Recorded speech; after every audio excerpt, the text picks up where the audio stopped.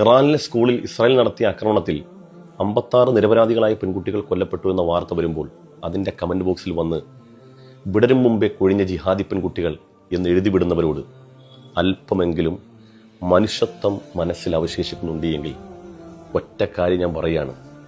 കരച്ചിൽ ടെഹ്റാനിൽ നിന്ന് മാത്രം ഉയരുന്ന സംഗതിയല്ല.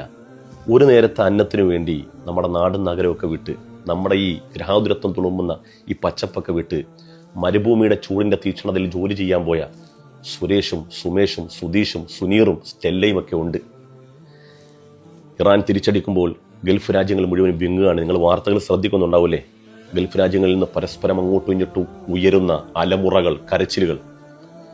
ഒരു മൃതദേഹങ്ങളും നമ്മുടെ മുമ്പിലേക്ക് വരാതിരിക്കട്ടെ എന്ന് ആത്മാർത്ഥമായി പ്രാർത്ഥിക്കുക. പ്രാർത്ഥിച്ചില്ലെങ്കിലും വേണ്ട, അവഹേളിക്കരുത്. കേരളത്തിലെ മുസ്ലിം പണ്ഡിതന്മാരുടെ പ്രൊഫൈലുകളൊക്കെ പോയി നോക്കൂ. അവിടെയെല്ലാം കാണാം യുദ്ധം വേണ്ട, യുദ്ധം അവസാനിക്കട്ടെ എന്ന് പ്രാർത്ഥിക്കണമെന്ന്. ആരും ജയിക്കാനും ആരെങ്കിലും തോക്കണമെന്നുള്ള ആഗ്രഹം കൊണ്ടല്ല, മറിച്ച് യുദ്ധം കഴിയുമ്പോൾ, അതിൻ്റെ പൊടിപടലങ്ങൾ അവസാനിക്കുമ്പോൾ, അതിൻ്റെ തീപ്പുകയും തീച്ചൂളയും ഒന്ന് തണുക്കുമ്പോൾ കുട്ടി കളിച്ചുകൊണ്ടിരുന്ന പാവക്കുട്ടികളുണ്ടല്ലോ, അതിങ്ങനെ കത്തിക്കരിഞ്ഞത് കാണാം. അതിൻ്റെ സമീപത്ത് ചേതനയേറ്റ് കിടക്കുന്ന എൻ്റെയും നിൻ്റെയൊക്കെ വീട്ടിലുള്ള പോലത്തെ ചെറിയ മക്കൾ കയ്യും കാലും തലയും ഒന്നുമില്ലാതെ കിടക്കുന്ന നമുക്ക് കാണേണ്ടി വരും. അപ്പോഴൊന്നും മനസ്സ് വിങ്ങും.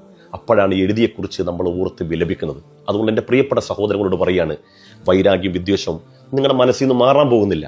മുസൽമാനോടുള്ള നിങ്ങളുടെ അന്ധമായ പക അങ്ങനെ തന്നെ നിലനിൽക്കട്ടെ എന്ന് തന്നെ പറയുന്നു. പക്ഷേ പാവപ്പെട്ട മക്കൾ മരണപ്പെട്ടതിൻ്റെ താഴെ തന്നെ അവരെ, നിരപരാധികളെ, ഒരിക്കൽ പോലും ഒരു മുട്ടസൂചി കൊണ്ടുപോലും ഒരു മനുഷ്യനെ, എന്നെയും നിന്നെയും കുത്തി പരിക്കേൽപ്പിക്കാത്ത ഒരു കുഞ്ഞിനെ, അല്ലെങ്കിൽ 56 മക്കളെ ജിഹാദി കുഞ്ഞുങ്ങൾ വിടരും മുമ്പ് പൊലിഞ്ഞു പോയല്ലോ എന്ന് ആർത്താഹ്ലാദിച്ച് പരിഹസിച്ചെഴുതുമ്പം ഹൃദയത്തിൻ്റെ സ്ഥാനത്ത് കല്ലല്ല, കല്ലിനേക്കാൾ മാരകമായ എന്തോ ഒന്ന് അവിടെ ഉണ്ട് എന്ന് നിങ്ങൾ മനസ്സിലാക്കുന്നു.